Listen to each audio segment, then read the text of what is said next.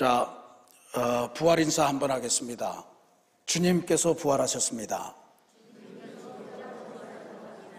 주님께서 부활하셨습니다.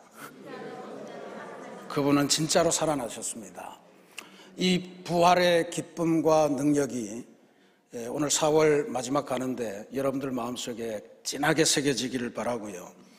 그 새겨진 역사가 이제는 여러분들을 넘어서 여러분의 가정 또 여러분들의 이웃들에게도 부활의 기쁨과 능력을 전해주시는 행복한 5월일로 건너가시기를 부탁을 드립니다.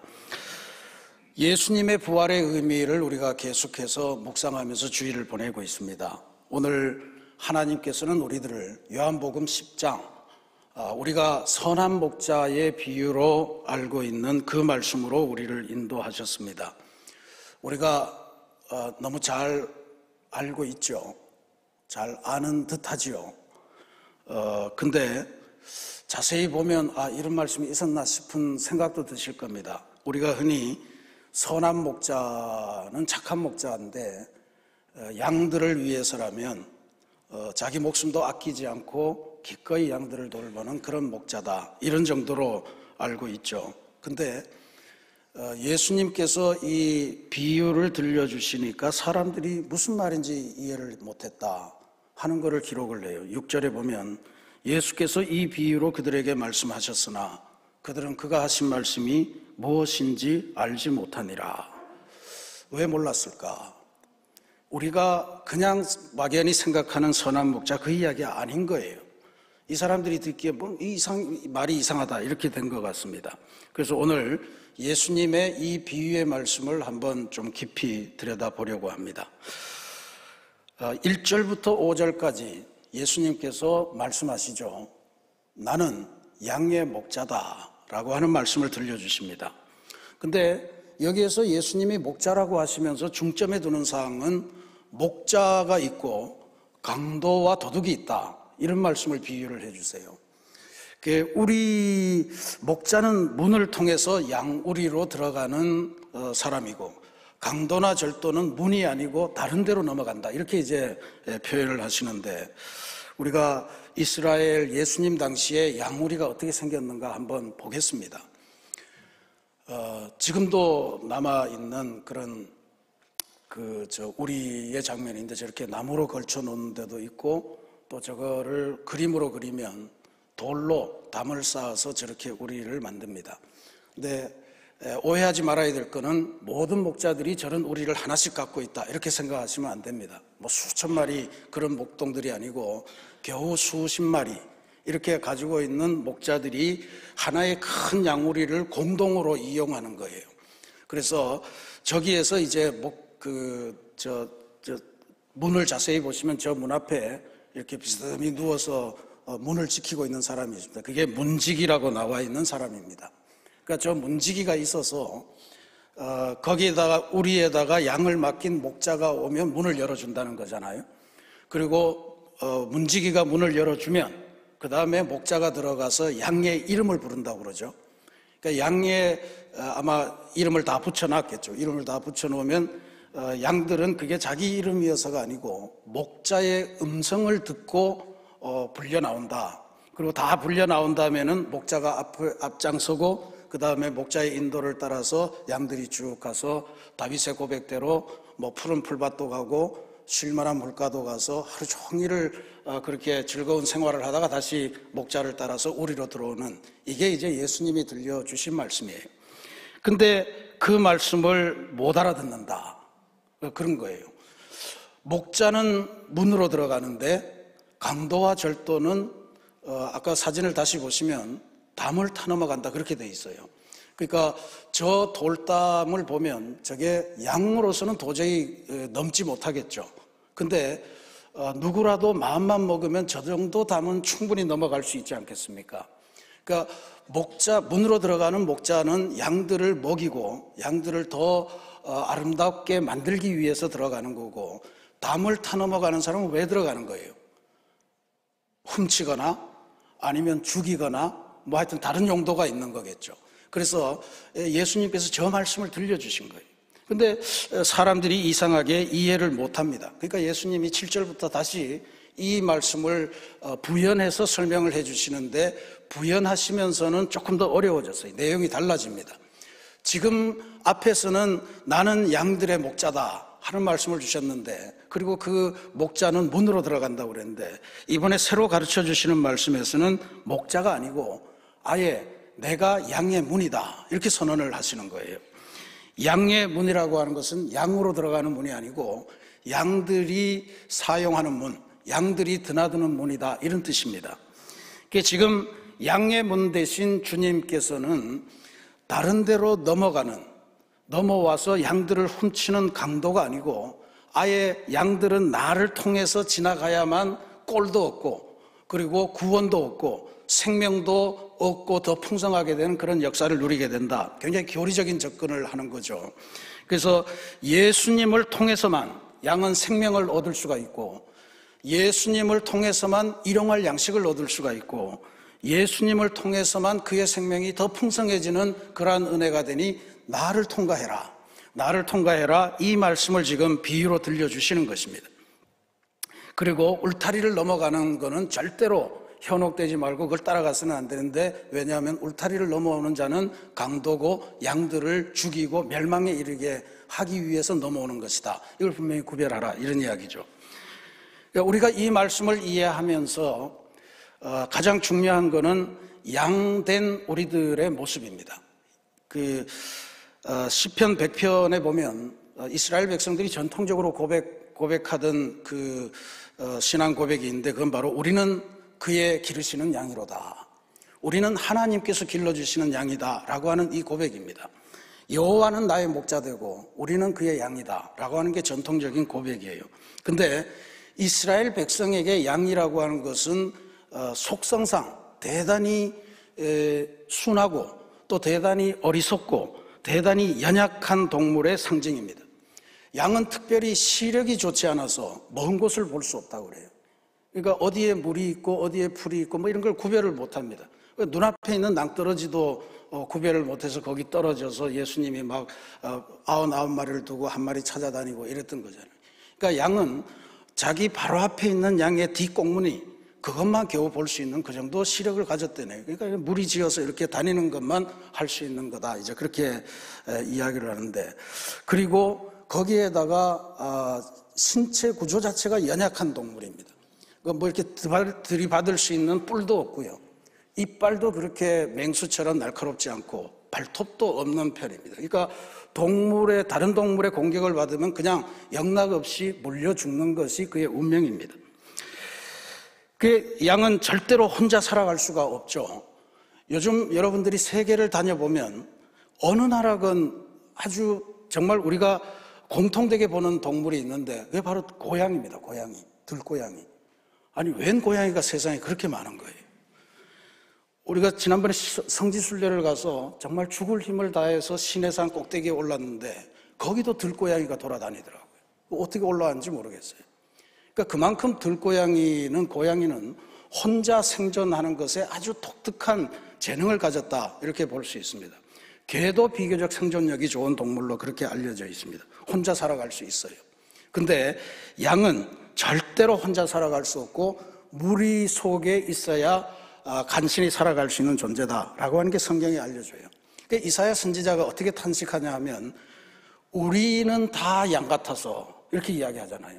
우리는 다 양 같아서 제 갈 길로 갔거늘, 이렇게 탄식하는데, 이사야가 탄식하는 그 이유는 우리 인생이 아주 많은 점에서 양을 닮았기 때문에 그렇다, 그렇게 고백하는 내용입니다. 우리가 사실 만물의 영장이다 뭐 이렇게 막 자랑하고 그러지만 사실 내일 일을 모르잖아요. 내일 일을 모르고 또 행복과 불행의 갈림길이 어딘지 알면서도 행복을 선택할 수 있는 능력이 사실 없어요. 그렇다면 얼마나 좋겠습니까? 근데 번연히 안 되는 걸 알면서 불행의 길을 쫓아가기도 하고요. 그런 판단력이 우리가 없습니다. 또 동물학자들에 따르면 사람만큼 약한 존재가 있을까? 뭐 그런 이야기를 하는 분도 계십니다. 동물에게서 흔히 배탈이라고 하는 걸 잘 볼 수 없는데, 사람은 뭘 조금만 잘못 먹으면 배탈이 나요.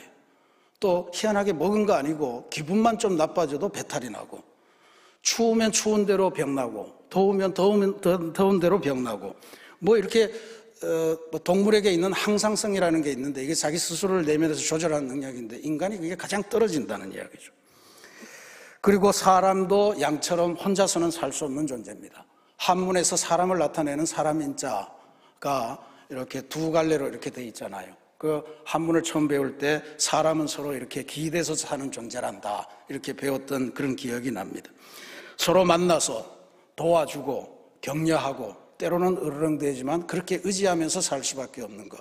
사람은 사회를 만들어야 사람이 될 수 있다는 그러한 점, 이것도 또한 양과 닮은 점입니다. 이렇게 말씀드려도 동의하지 않는 분들도 많으실 거예요. 나는 그 정도는 아닌 것 같은데 어리석지도 않고 또 분별력도 좀 있고 또 미래를 내다보는 예지력도 있고 그래서 나는 뭐 굳이 만물의 영장까지는 아니어도 곰 정도는 돼 뭐 이렇게 생각하시는 분들이 계실 거예요. 아니면 나는 여우나 토끼 정도는 돼 내가 얼마나 약삭 빠르고 세상사를 빨리 읽는데 그리고 나를 보호하고 지켜줄 재산도 웬만큼 갖고 있고 내가 한 다리 건너면 이런저런 권력자들하고도 연결이 되기 때문에 보호받을 둔덕도 있고 그러니 나는 양 같은 존재는 아닐 것 같아 뭐 이렇게 생각할 수 있을지도 모르겠습니다만 한번 우리의 인생을 내밀하게 곰곰이 생각해 보면요 우리가 우울할 때 우리가 갑작스럽게 외로울 때 우리가 갑자기 슬픈 일을 당해서 이거 뭐 도대체 어떻게 해야 되나 뭐 이런 상황에 부닥칠 때 되면 아 나는 양 같은 존재구나 하는 걸 느끼게 됩니다. 아니 그렇게 느끼시는 게 훨씬 더 우리의 인생에 도움이 될 겁니다. 우리는 하나님이 기르시는 양이로다 이걸 차라리 고백하는 게 나아요. 어려울 때마다 하나님이 목자 돼서 지켜주시잖아요. 근데 그걸 무시하고 나는 내 힘으로 내 지식으로 내 실력으로 인생을 열어갈 거야 뭐 이러다 얼마나 좌충우돌 시행착오 많은 잘못을 범하게 됩니까? 그러니까 차라리 양됨을 고백하시고 양처럼 그렇게 살아가시는 은혜가 있기를 바랍니다. 양들이 구원을 얻고 꼴을 얻을 수 있다고 그러잖아요. 양의 문이신 예수님을 통과하면 그게 가능하다. 이게 이제 지금 주님께서 들려주신 말씀입니다. 제가 이 말씀을 왜 유대인들이 이해를 못했을까 하는 걸 생각해 보다가 그런 결론에 도달했습니다. 유대인들은 그때 당시에 자기들이 알고 있는 양의 문이라는 게 있었어요. 예루살렘 성문에 시대를 따라서 어떤 때는 8개, 어떤 때는 10개의 성문이 있었거든요. 예루살렘 성벽에. 그러니까 그 성벽 중에 하나가 양의 문이라는 문이 있었어요. 양문이라고 그럽니다. 양문. 그러니까 이게 이 양문이 있기 때문에 예수님이 지금 내가 양의 문이다 라고 하는 걸 유대인들이 좀 헷갈려 했던 것 같아요. 요한복음 5장에 보면 예수님께서 베데스다 연못에서 38년 된 병자를 만나서 말씀으로 고쳐주신 표적의 이야기가 나옵니다. 근데 그때 그 베데스다 연못이 어디 있냐 하면 그걸 요한이 이렇게 기록해요. 요한복음 5장 2절에 예루살렘에 있는 양문 곁에 히브리 말로 베데스다, 자비의 집이라는 뜻입니다. 히브리 말로 베데스다라 하는 못이 있는데 그러니까 예루살렘 문 중에 양문 옆에 베데스다라는 연못이 있었다는 이야기. 거기서 그 38년 된 병자가 고침받은 그 이야기입니다. 그러니까 지도를 보시면 이렇게 되어 있습니다. 예루살렘 성전이 이렇게 지금 성전산이라고 되어 있는 저기 이렇게 오른쪽 편에 그게 옛날 예루살렘 성전터입니다. 근데 그 위쪽으로 문이 하나 있는데 그 북쪽에 있는 문이 바로 양문이에요. 그리고 양문을 벗어나서 조금 올라가면 거기에 베데스다 연못이 있고 지금도 지난번에 가보니까 연못터가 굉장히 크게 남아 있었습니다. 그게 지금 저 양문이라고 하는 것이 왜 성전 북쪽에 있을까? 저거는 뭐냐 하면 양이 드나드는 문인데 팔고 사는 양이 드나드는 문이 아니고 예루살렘 성전에 제사를 드릴 때 제물로 쓸 양들을 데리고 들어오는 문이에요. 사람들이 예루살렘 성지 순례를 할 때 뭐 거기 와서 사는 사람도 있지만 집에서부터 잘 기른 양을 데리고 올 거 아니겠습니까? 그리고 와서는 그냥 내가 데리고 왔으니까 내가 성전으로 데리고 가려면 이렇게 되는 게 아닙니다. 제물로 사용해야 되기 때문에 일단 깨끗하게 씻고 혹시 오다가 어디 상처가 난 게 있으면 치료하고, 그래서 흠이 없는 양을 만들어서 제물로 바치는 거예요. 그 양들을 씻기는 곳이 어디냐면 바로 베데스다 연못이었다는 거예요. 그리고 혹시라도 무슨 몸에 상처나 있으면 거기에서 진료를 하고 깨끗해진 다음에 판정을 받고 저 북쪽문 양문을 통해서 성전으로 들어가는 거예요.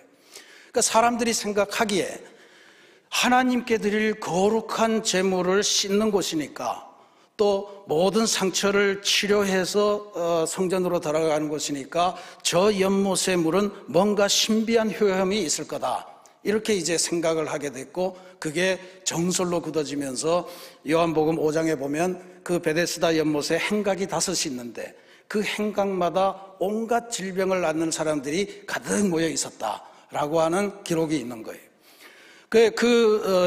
베데스다 연못 주변이 하나의 정말로 신비한 사회죠. 오늘 우리가 살아가는 인생의 터전이다, 이렇게 보아도 무관합니다. 온갖 질병, 온갖 아픔, 이런 것들이 다 모여 있는 곳인데 그곳에 얼마나 많은 소리가 있었겠어요. 그 중에 대표적인 소리가 뭐냐 하면 요한이 이렇게 기록합니다. 천사가 이따금씩 내려와서 연못을 휘저어 주는데 그 연못이 휘저어 줄 때 그 물에 제일 먼저 들어가는 사람은 어떤 병이든지 낫게 된다라고 하는 소리예요. 이 소리를 듣고 온 그 질병을 가진 사람들이 전부 다 거기 모여서 관심이 될 거 아니겠습니까? 언제 천사가 올까? 천사가 내려와서 물을 휘저을 때 나는 어떻게 첫 번째로 들어갈까? 이게 제일 큰 관심사 아니겠어요? 그 상상을 해보면 그 소리만 있었던 게 아니고 그 소리를 따라서 그것이 하나의 사회이기 때문에 온갖 직업들도 나왔을 거다, 이런 상상을 해볼 수 있습니다. 아픈 사람들이 많잖아요. 자기 힘으로 다닐 수 있는 사람도 있지만 누워서 못 다니는 사람, 38년 된 병자 같은 사람, 이런 사람들 속에서 돈이 좀 있으면 누군가를 고용해서 너 여기서 기다리고 있다가 천사가 휘저으면 나를 빨리 1번으로 집어던져 라고 하는 그런 계약을 맺는 사람들이 있었을 거예요. 그리고 그게 누구도, 성경을 보면 누구도 천사가 내려와서 휘저었다는 기록도 없고 첫 번째 들어가서 나왔다는 기록도 없어요. 단지 소문으로만, 소리로만 있는 거예요. 그러면 여기에서 다양한 사기 행각들도 이루어졌겠죠. 내가 넣어줄게, 내가 넣어줄게. 한 사람이 5명을 고용할 수도 있고 뭐 그럴 수도 있지 않겠습니까? 여기 가서 이 계약하고. 그러니까 그런 온갖, 오늘 우리가 세상을 살면서 생각할 수 있는 소위 이권을 챙기는 사람들의 다양한 시도들이 있었던 그곳이 바로 베데스다 그 연못이었습니다. 예수님께서도 그 38년 된 병자가 한쪽에 이렇게 실망한 채로 있는 걸 보면서 다가가서 물으시잖아요. 네가 낫고자 원하느냐? 그러니까 그 사람이 뭐라 그럽니까? 주여, 물이 움직일 때에 나를 못에 넣어주는 사람이 없어 내가 가는 동안에 다른 사람이 먼저 내려가나이다. 이걸 해요. 사람을 고용할 돈도 없는 거예요. 완전히 절망한 그러한 인생이 살아가는 것이죠. 그러니까 거기에서 이 환자들을 유혹하는 달콤한 음성들이 얼마나 많았겠는가. 내가 해줄게, 너 이러면 나을 수 있어 라고 하는 온갖 소리들이 다 있는데 주님께서는 이 38년 된 병자의 그 눈을 보시면서 한마디를 하시는 거예요. 너는 이제부터 내 음성에 귀를 기울여라 하는 말씀을 주시는 거예요. 그러면서 뭐라고 그러세요? 일어나서 네가 깔고 있던 자리를 걷어서 걸어가라 라고 하는 명령을 주십니다. 이 38년 된 병자가, 아니 내가 38년 동안 여기서 기다리면서 그나마 천사가 움직여주는 그때를 기다리고 있었는데 저렇게 간단하다고 이렇게 생각했을 수도 있을 거예요.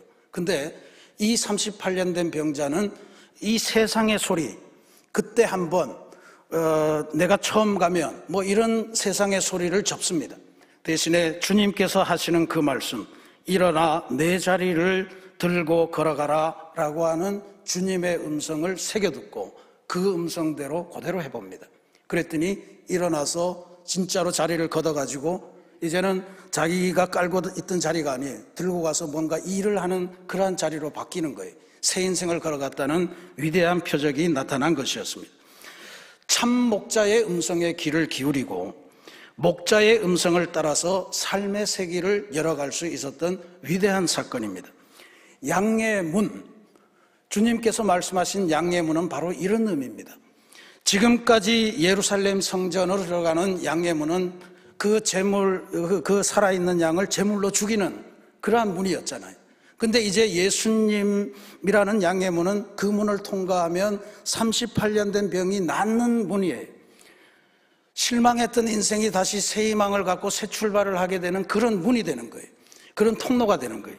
그래서 예수님께서만 이제 우리에게 구원의 약속을 주시고 구원을 이루어 주시고 예수님을 통해서만 우리는 생명을 얻을 수가 있고 예수님을 통해서만 우리는 인생의 일체의 질병으로부터 고침을 받을 수 있다는 위대한 약속의 선언, 그것이 바로 내가 바로 양의 문이다. 나를 통과해야 너희는 꼴도 없고 구원도 없고 생명도 풍성해진다라고 하는 그 의미인 줄로 믿습니다. 사랑하는 우리 새신교회 성도 여러분, 오늘 우리가 살아가는 세상에도 얼마나 많은 소리가 들립니까? 때로는 우리의 마음이 혹한 그러한 소리들도 많습니다. 그리고 그것에 이끌려 살아갈 때도 많이 있죠. 근데 우리 그리스도인의 승리를 위해서는 우리는 오직 예수님의 음성에만 귀를 기울여야 됩니다. 3절 말씀에 그가 자기 양의 이름을 각각 불러 인도하여 내느니라. 주님이 우리의 이름을 부르실 때 세상의 다른 소리에 휩싸여서 그 소리를 못 듣고 지나가는 어리석음을 범하지 마시기 바랍니다. 뭐가 필요합니까? 수많은 소리 중에서 목자 대신 주님의 음성을 분별할 수 있는 능력, 그 음성을 들을 수 있는 훈련이 필요하다는 이야기. 자연스럽게 되는 게 아닙니다. 수많은 소리들이 이 소리를 가려요. 그래서 주님의 음성을 듣는 훈련, 목자 되신 분의 음성을 새겨 듣는 그 훈련이 필요합니다. 지금 광고에서 보셨지만 우리가 수요일 저녁마다 우리 부목사님들이 각자의 전공을 살려서 수요 성경 공부 4인 4색이라는 걸 진행합니다. 주님의 음성을 우리 귀에서 듣는 훈련을 하는 거예요. 5월 14일부터는 우리가 성경 전체를 신구약을 통독하면서 주님의 말씀, 구원의 드라마가 어떻게 전개되는가 하는 것을 함께 듣는 TBC 성경 통독 공부를 함께 진행할 예정입니다. 이 전부 다 주님의 음성을 새겨 듣는 그런 훈련을 하는 거예요. 또 5월 12일부터 13일은 우리가 3년 만에 사랑 나눔 바자회를 진행합니다. 이거는 이 세상 사람들에게 이 세상의 시장과는 전혀 다른 시장이 있습니다. 하나님이 이끄시는 천국의 시장이 여기 있습니다. 사면 살수록 이웃들을 돕는 그러한 시장이 됩니다 라고 하는 하나님의 음성을 들려주는 그러한 잔치예요. 이것들도 우리가 열심히 감당을 해야 됩니다. 또 해피칸타타 우리가 진행하고 있잖아요. 세상은 세상 소리를 듣고 아무리 요령 있게 살아간다고 해도 목자의 음성을 듣지 않고는 구원으로 가는 길이 없습니다. 생명을 얻을 길이 없습니다. 일용할 양식을 얻을 길이 없습니다. 목자의 음성을 들으십시오 하는 것이 바로 해피칸타타의 태신자 정하고 기도하고 그렇게 초대하는 그러한 이유가 됩니다. 인간은요, 우리가 능력 있고 그런 것 같지만 가만히 보면 무슨 소리를 듣고 따라가느냐에 따라서 그 사람의 일생이 결정이 돼요. 우리를 혹하게 하는 마귀의 소리에 익숙해지면 우리는 어느샌가 모르게 마귀에게 영혼을 팔고 마귀의 종이 되어 갑니다. 삶이 어렵다고 해서 맨날 술에 의존하다 보면 이런저런 경우에도 모든 것이 술로 통과돼서 술의 노예가 되는 삶을 살게 돼요. 돈이 흘러가는 게 너무 좋아서 돈 소리를 자꾸 듣다 보면 나도 모르는 게 우리의 삶이 돈의 노예가 돼서 돈이 시키는 대로 하게 되는 그러한 삶이 되고 맙니다. 반면에 예수님의 음성이 괴로워도 예수님의 음성이 지금 나에게는 마음에 들지 않더라도 그 음성을 쫓아가노라면 우리는 어느샌가 예수님의 사람, 예수님의 종이 될 줄로 믿습니다. 선한 목자 대신 예수님을 따라가노라면 다윗이 그런 고백을 했죠. 내가 비록 사망의 음침한 골짜기를 다닐지라도 해를 두려워하지 않는 것은 주의 지팡이와 막대기가 나를 안위하심이니이다. 사망의 음침한 골짜기를 만나도 두려워할 필요가 없다는 거예요. 왜냐하면 예수님이 나의 목자 되시고 예수님이 나를 안전하게 돌보아 주시니까. 설령 원수들이 내 앞에 와서 칼춤을 추더라도 나는 전혀 두려워하지 않습니다. 왜냐하면 주님께서 막아주시고 지금 위태로운 그 상황 속에서 내게 상을 차려주시고 내 잔을 넘치게 부어주신다는 거 아니에요.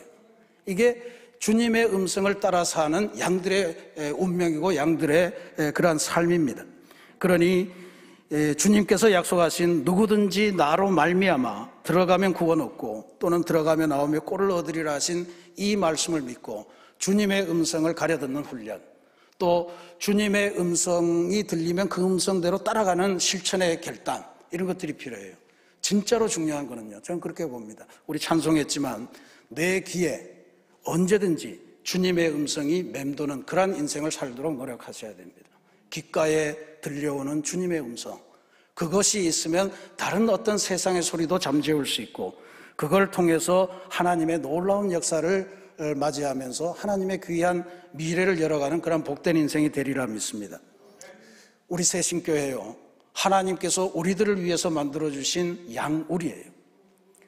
양우리입니다. 그러니까 이 양우리인데도 이렇게 문으로 들어오는 목자가 아니고 다른 데로 넘어오는 게 있다죠. 이런 소리 들릴 겁니다. 용한 데가 있다던데. 성경을 기가 막히게 말씀과 말씀을 붙여서 쪼갠데 이런 소리 들려오실 겁니다. 한번 가볼래?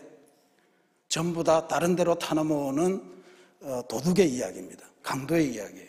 여러분들의 삶을 구원하고 생명을 얻게 만들고 풍성하게 만들려는 게 아닙니다. 잡아서 재산을 갈취하고 그래서 자기들만 배부르려고 하는 강도 집단들의 소행이에요.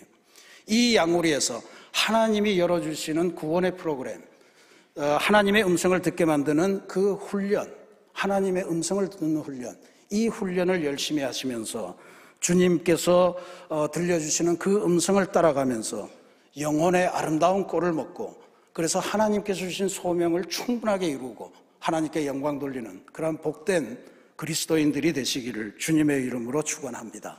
같이 기도하겠습니다.